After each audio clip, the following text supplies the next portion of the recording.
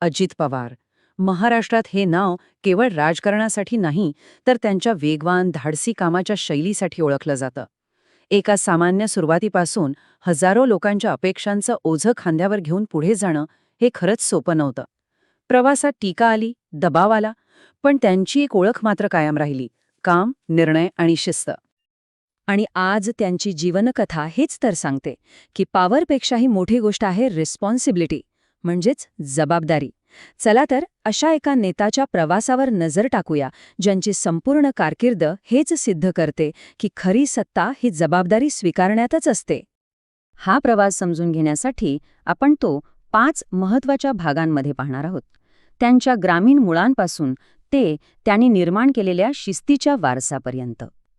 तर त्यांची कहाणी सत्तेच्या चकचकीत दालनांमध्ये नाही, तर अहमदनगर जिल्ह्याच्या मातीत सुरू होते, जिथे लहान वयातच खांद्यावर आलेल्या जबाबदाऱ्यांनी त्यांच्या कणखर व्यक्तिमत्वाला आकार दिला. राजकारणातला त्यांचा प्रवास हा अतिशय पद्धतशीर होता.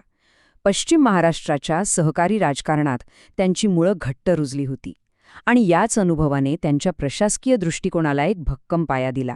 एका साखर कारखान्याच्या संचालक मंडळापासून सुरू झालेला हा प्रवास थेट राज्याच्या सर्वोच्च पदांपर्यंत कसा पोचला हेच आपण पाहतोय.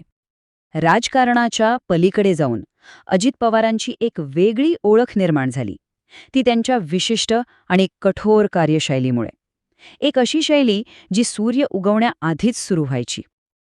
सकाळी 6 वाजता कामाला सुरुवात करणं ही फक्त त्यांची सवय नव्हती, तर ते त्यांच्या प्रशासकीय तत्त्वज्ञानाचा एक अविभाज्य भाग होतं.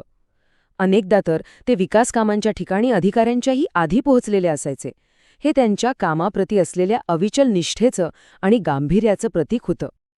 त्यांचा विश्वास होता की कामाचा आढावा हा प्रत्यक्ष जमिनीवर उतरूनच घ्यायला हवा, पण तोही सामान्य माणसाच्या दैनंदिन जीवनात कोणताही अडथळा न आणता.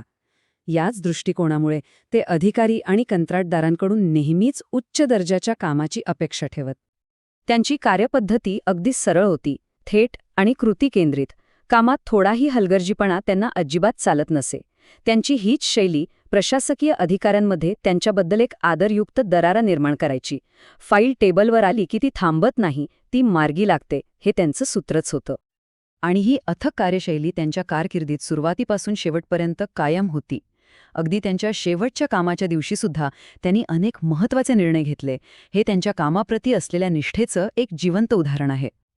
पण ह्या वेगवान आणि तीव्र कार्यशैलीसोबत एक प्रचंड दबावही होता, ज्याने त्यांची प्रतिमा एक कठोर आणि नो नॉनसेन्स नेता म्हणून तयार केली. हे वाक्य त्यांच्या नेतृत्वाची ती बाजू समोर आणतं, जी सहसा दिसत नाही. लोकांच्या अपेक्षा, राज्याची प्रगती आणि घेतलेल्या प्रत्येक निर्णयाची जबाबदारी, हे ओझं ते सतत वाहत होते. त्यांची प्रसिद्ध घोषणा, दादांचा शब्द, ही त्यांच्या स्पष्टवक्तेपणाचं प्रतीक होते. जे वचन दिलं ते पूर्ण करायचं, किंवा जे शक्य नाही त्यासाठी पोकळ आश्वासनं द्यायची नाहीत, हा त्यांचा बाणा होता. त्यांच्या प्रशासकीय कौशल्याचं आणि विकासाच्या दृष्टिकोनाचं सर्वात मोठं आणि जिवंत उदाहरण म्हणजे त्यांच्या मतदारसंघाचं, बारामतीचं झालेलं परिवर्तन. बारामती मॉडेल हे फक्त एका शहराच्या विकासाचं मॉडेल नाहीये, तर ते ग्रामीण विकासाचं एक आदर्श उदाहरण बनलंय. आर्थिक विकासासाठी त्यांनी जो सर्वसमावेशक दृष्टिकोन अवलंबला, त्यामुळे त्याची सगळीकडे प्रशंसा झाली. या मॉडेलचं यश कोणत्या एका गोष्टीवर अवलंबून नाही, तर ते अनेक महत्त्वाच्या स्तंभांवर उभं आहे. जलसंधारणापासून ते थेट परकीय गुंतवणुकीपर्यंत या सगळ्या घटकांनी मिळून एक अशी स्वयंपूर्ण आर्थिक व्यवस्था निर्माण केली, जिने बारामतीचा चेहरामोहराच बदलून टाकला. आता या आकड्यांवर एक नजर टाका. तंत्रज्ञानाचा वापर किती प्रभावी ठरला हे लगेच लक्षात येतं. AI सारख्या आधुनिक तंत्रज्ञानामुळे पाण्याच्या वापरात 8% आणि खतांच्या खर्चात तब्बल 25% घट झाली, आणि पीक उत्पादनात तर 20% जास्त वाढ झाली.